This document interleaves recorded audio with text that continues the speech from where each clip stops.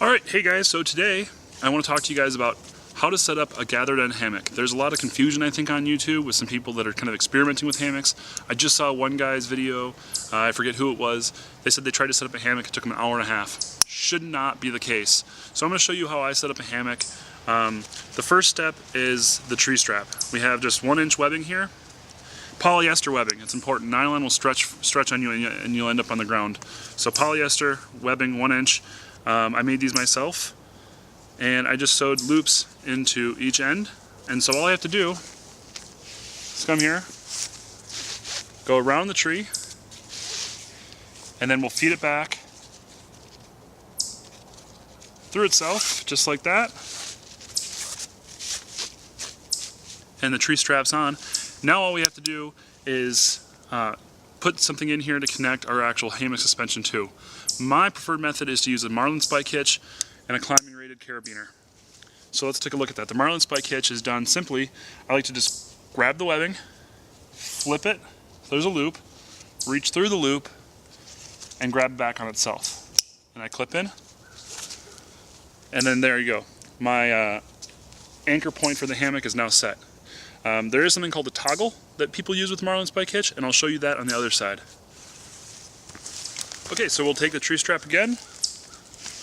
We're going to repeat that same process of wrapping around the tree and back through the loop on itself. Okay, so now here's where we're going to do the marlin spike hitch again. So we'll grab, make a loop, and pull back on itself. Now, instead of a climbing rated carabiner like I used over there, what I'm going to use is a simple stick toggle. There's aluminum toggles, carbon fiber toggles, all kinds of toggles. Pretty much anything that's shaped like this you can use. I just like to use a stick if I'm going to use a toggle. And just bring it back in on itself, just like that. We'll just make sure it's nice and snug and tight. Now, the weight of the hammock isn't actually going to rest on the toggle, on the stick, because then it would just snap. The weight's actually going to be above the toggle on the webbing itself. The toggle just holds the knot in place, holds the marlin spike hitch in place. Okay? So, let's grab the hammock and I'll show you how to put this together.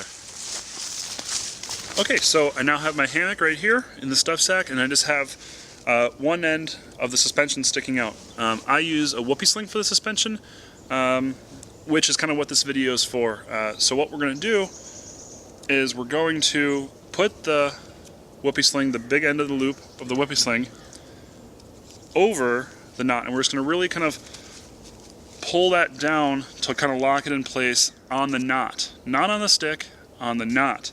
If that slips off and comes onto the stick, the stick's going to break and you're going to fall. So you need to make sure that's kind of locked in place. Okay, so that one's set. Why don't we get you guys a little closer and I'll do that again so you guys can see.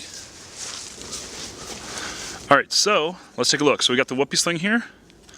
We're going to put that over the stick, over the toggle, and onto the knot right here. And I'm just going to pull that in place. Okay? That's going to secure the whoopee sling onto the tree strap.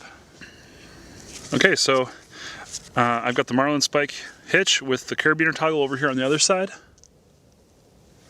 And now all I need to do, simple, open the gate, put the whoopee sling in, and it's set. Alright, so you can see that we've got the hammock put together, it's up, and it's hanging just fine. The problem is that it's too low right now. If I sat in this, I'm going to go way too close to the ground. I'm not going to be able to put my insulation on there at all. So what I want to do now is adjust the whoopee slings on either side to raise this up. And what I want to do, what I'm looking for, is to get the suspension at about a 30-degree angle, the hammock itself about chair height, so my feet I can sit down and my feet will just touch the ground nicely. And for me personally, I like the foot end on a gathered end hammock to be a little bit higher than my head end. This is my head end, so I'm going to go ahead and adjust this accordingly. Okay?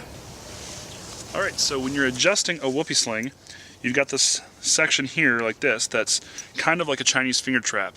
The line runs back through on itself, and as you put pressure pulling, it locks the adjustable part in place. So what we need to do is push that adjustable part together like you would a Chinese finger trap, push it together, and then we can pull it through, adjusting it. And just like you see me doing, we can reverse that process by pushing on the top and then pulling that through as well. So I'm going to do that on both sides now, get this hammock adjusted. Alright, so you can see I've got my suspension now adjusted appropriately. My foot end's a little bit higher. When I sit down, my feet are just touching the ground nicely. So this should be a really nice hang for me. I'm going to go ahead and get my underquilts, and we'll show you how to hook those up. Okay, so I have them in a dry bag. I always do that just to keep them nice and safe.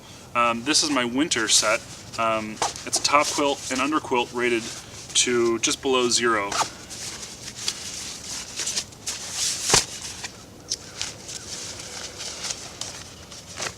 So let's pull these out. Just a tip, I like to pack my underquilt on top so it's the first thing I pull out and I can attach first. This is a Hammock Gear 0 degree incubator with 2 ounces of overstuff. So it is a little old now and getting a little dirty. It needs to be washed. I'm going to do that before this season. But let's go ahead and hang it up.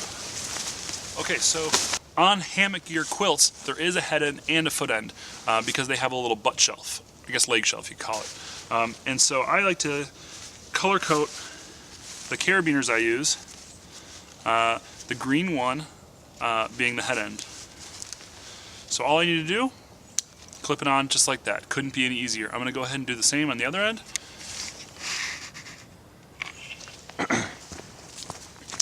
Alright, so you can see on this end, I've got a little section where I tied off the shock cord that comes with it, and that's just to tighten up the suspension of the underquilt so it pulls up underneath your butt real nice. Alright, so we have the underquilt here. You can see it slides freely on the suspension so you can move it. So I'm just going to get it about centered, and then I'm just going to pull it under and get my hammock inside there. Okay, so the next thing that we're going to do, this part doesn't take any skill at all, but we're just going to take out our top quilt,